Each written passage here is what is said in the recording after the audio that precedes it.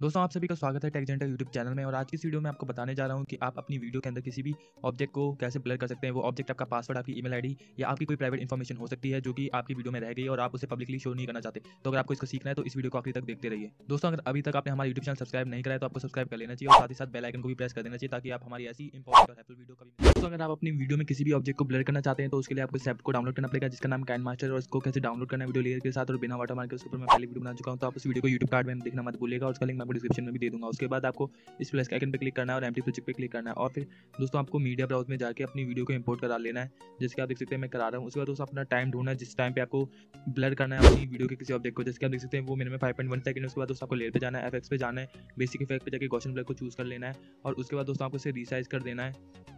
और जैसे आप इसे रीसाइज कर देते हैं उसके बाद दोस्तों आपको इसकी शेप चेंज करनी होगी, जिसके लिए आपको क्रॉपिंग में जाना होगा और इसकी शेप को चेंज करना होगा। जैसे कि आप देख रहे हैं मैं इसकी शेप को चेंज कर रहा हूँ और उसके बाद दोस्तों आपको टिक पे क्लिक कर देना है।